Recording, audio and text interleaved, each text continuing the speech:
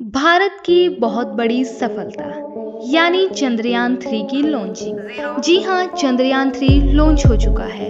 Hello everyone, मैं आपकी अपनी दोस्त आप सभी का स्वागत करती हूँ हमारे चैनल अंडरग्राउंड ज्ञानी पर। तो आप सभी जानते हैं कि चंद्रयान 3 लॉन्च हो चुका है, लेकिन क्या आप इसके मकसद के बारे में जानते हैं?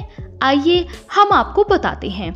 तो चंद्रयान 3 लॉन्च हो चुका है और इसे आंध्र प्रदेश के श्रीहरिकोटा स्थित सतीश धवन सेंटर से लॉन्च किया गया है। चंद्रयान 3 भारत का तीसरा मून मिशन है।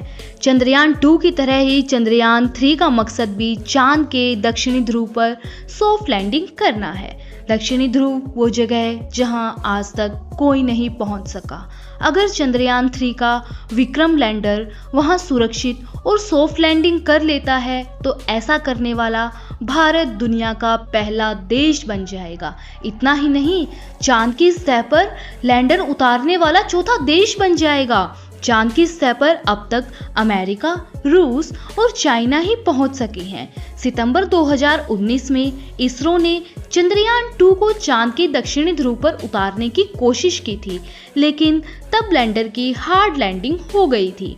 पिछली गलतियों से सबक लेते हुए चंद्रयान 3 में कई बदलाव भी किए गए हैं। चंद्रयान 3 लॉन्च हो चुका है, लेकिन इसे चांद तक पहुंचने में 1.5 महीने का समय लगेगा। अनुमान है कि 23 या 24 अगस्त को चंद्रयान 3 चांद की सतह पर लैंड कर सकता है। चांद के दक्षिणी ध्रुव पर सिर्फ भारत ही नहीं बल्कि अमेरिका और चाइना समेत दुनिया की नजरें भी हैं। चीन ने कुछ साल पहले दक्षिणी ध्रुव से कुछ दूरी पर लैंडर उतारा था। इतना ही नहीं, अमेरिका तो अगले साल दक्षिणी ध्रुव पर अंतरिक्ष यात्रियों को भेजने की तैयारी भी कर रहा है। जी हाँ, अंतरिक्ष पर भेजने की तैयारी। अब बात आती है कि चंद्रयान 3 के लिए दक्षिणी ध्रुव ही क्यों चुना गया। तो क्या आप जानते हैं, जैसा पृथ्वी का दक्षिणी ध्रुव है वैसा ही चांद का भी है। पृथ्वी का दक्षिणी ध्रुव अंटार्कटिका में है, पृथ्वी का सबसे ठंडा इलाका। ऐसा ही चांद का दक्षिणी ध्रुव है सबसे ठंडा। चांद के दक्षिणी ध्रुव पर अगर कोई अंतरिक्ष यात्री खड़ा होगा तो उसे सूर्य क्षितिज की रेखा पर नजर आएगा। जी हाँ, वो सूर्य को हॉरिजॉन्टली देख सकता है।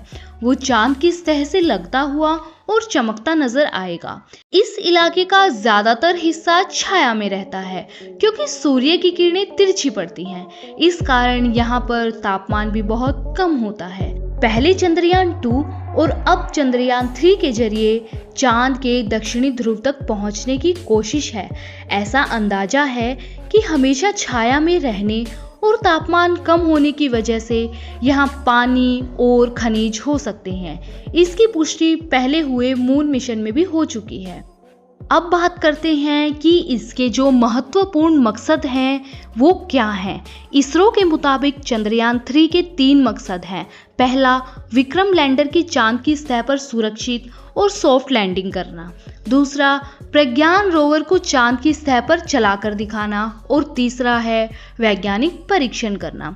विक्रम लैंडर के साथ 3 और प्रज्ञान रोवर के साथ 2 पेलोड होंगे। पेलोड को हम आसान भाषा में मशीन भी कह सकते हैं। रोवर भले ही लैंडर से बाहर आ जाएगा, लेकिन ये दोनों आपस में कनेक्ट होंगे। रोवर को जो भी जानकारी मिलेगी वो लैंडर को भेजेगा और वो भेजेगा इसरो तक। लैंडर और रोवर के पेलोड चांद की सतह का अध्ययन करेंगे। ये चांद की सतह पर मौजूद पानी और खनिजों का पता लगाएंगे। सिर्फ यही नहीं, इनका काम ये भी पता करना है कि चांद पर भूकंप आते हैं या नहीं। भारत की यह सफलता आपको कैसी लगी कमेंट बॉक्स में ज़रूर बताएं। और हमारी जानकारी कैसी लगी, अगर आपको अच्छी लगी है तो वीडियो को लाइक कीजिए, चैनल को सब्सक्राइब कीजिए। धन्यवाद।